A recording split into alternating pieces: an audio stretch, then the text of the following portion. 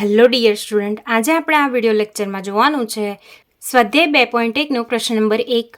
તો સ્વાધ્યાય 2.1ના પ્રશ્ન નંબર 1માં આપેલું છે કે નીચે આપેલી આકૃતિમાં કોઈ બહુપદી p ઓફ x માટે y બરાબર p ઓફ xના આલેખ આપેલા છે અને આ દરેક કિસ્સામાં આપણે શું શોધવાના છે? p ઓફ xના શૂન્યો. બરાબર. તો આ ચેપ્ટરના ઇન્ટ્રોડક્શન પાર્ટમાં મેં તમને ઓલરેડી સમજાવ્યું હતું કે જો તમને આલેખ આપ્યો હોય અને એના પરથી શૂન્ય શોધવાના હોય તો શું ચેક કરવાનું કે આપેલો આલેખ એક્સ અક્ષને કેટલી વખત ટચ કરે છે, એટલા એના શૂન્ય થઈ જશે. તો જુઓ, અહીંયા આ જે પહેલો દાખલો છે એમાં આલેખ આવી રહ્યો. આ આલેખ એક્સ અક્ષને ક્યાંય ટચ કરતો નથી કેમ કે એક્સ અક્ષ તો આપણો અહીંયા છે. તો આમાં શૂન્યોની સંખ્યા શું થઈ જશે?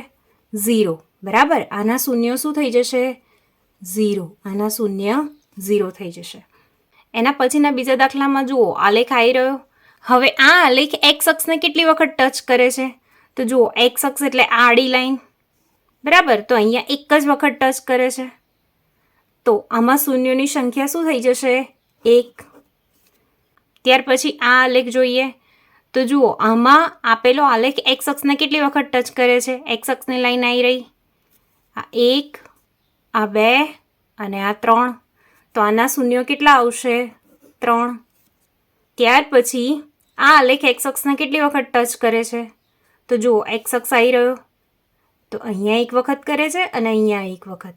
ટોટલ કેટલી વખત કરે છે? 2 વખત. એટલે આના શૂન્યો કેટલા થઈ જશે? 2.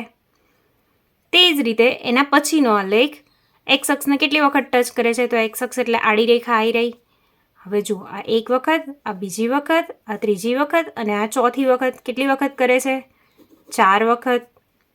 ત્યાર પછી આમાં જુઓ, એક્સ અક્ષને કેટલી વખત ટચ કરે છે? તો આ 1 વખત, આ 2 વખત અને આ 3 વખત. તો આના શૂન્યોની સંખ્યા શું થઈ જશે? 3.